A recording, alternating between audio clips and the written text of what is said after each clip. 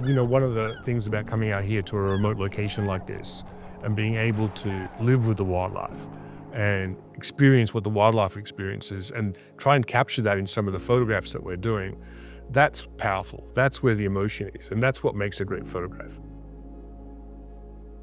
Emotive photography for me is at the heart of what I do.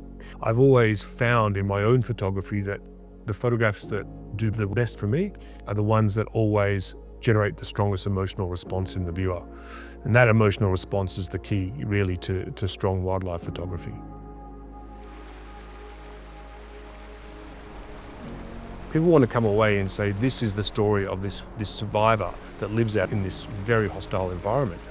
And I think people's minds shifts away from just capturing images to being storytellers. And I think photographers and photography is at its best when we're storytellers.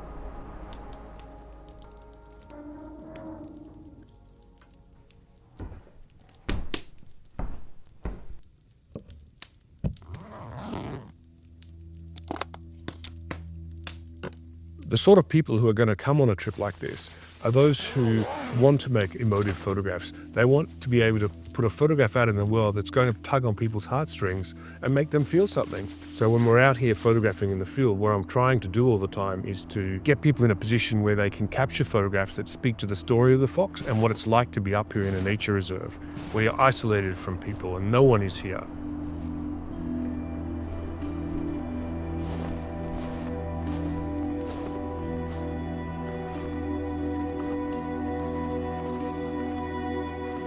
There's a solitude to the landscape up here, and there's a very deep resonance that resonates with everybody who comes here.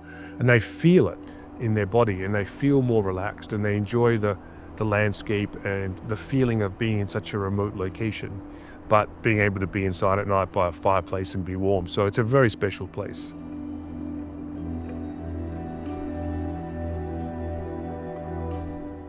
When you come here for the first time, you're like, wow, what are these animals eating? Because I can't see any food.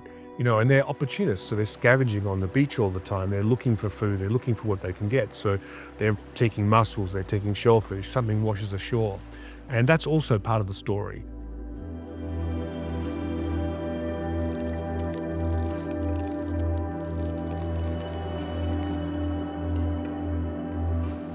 Every single fox has a unique personality up here, and that's what's wonderful. No two individuals are the same or act the same, so you never know how a fox is going to behave when you first see it. Sometimes a fox can just take off and run.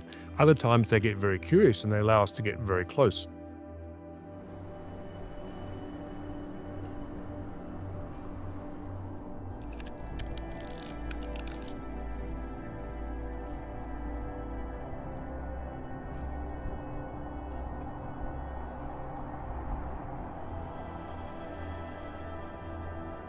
The Arctic fox is circumpolar. It's not a protected species. They are hunted across the rest of Iceland. They're only protected here inside the nature reserve, but yet they manage to still thrive throughout Iceland. So I think they are an incredible feat of engineering. And that's because of its ability to survive and adapt. Its ability to not only deal with the amazing cold that we have up here, but to find food where there is none, to be able to find a mate, to be able to reproduce up here.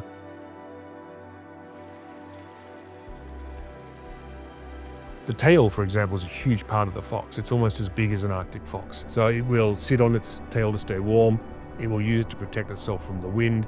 And it will snuggle its nose into it, at night when it's cold. One of the things I like to teach when I'm in the field is don't think too much about the technical aspect of what we're doing. As long as your exposure is good, the rest of the equation is composition. I think people love the feeling that they can go out in the field and be an artist, and they don't have to be a technician. That gives them an opportunity not only to, of course, make great photographs, but also to appreciate and enjoy what's in front of them and to apply their own creativity to the scene. I think that is a very important aspect of what we do here, is the ability to be free and the ability for everybody to be at that same level. And everyone's input is valued in terms of view of what they see and what they create. This isn't just a place where you come and take photographs of Arctic fox. This is a place where you come and grow your photography and you empower your images with emotion, with drama, with passion.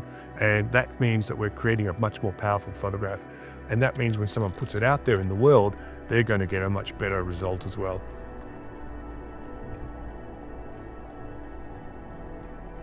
My hope is that people will come away from a trip like this, not only with great photographs, because the story up here is special, and this is an incredible part of Iceland to visit, but also I want them to come away with an emotional experience they're going to hang on to for the rest of their lives.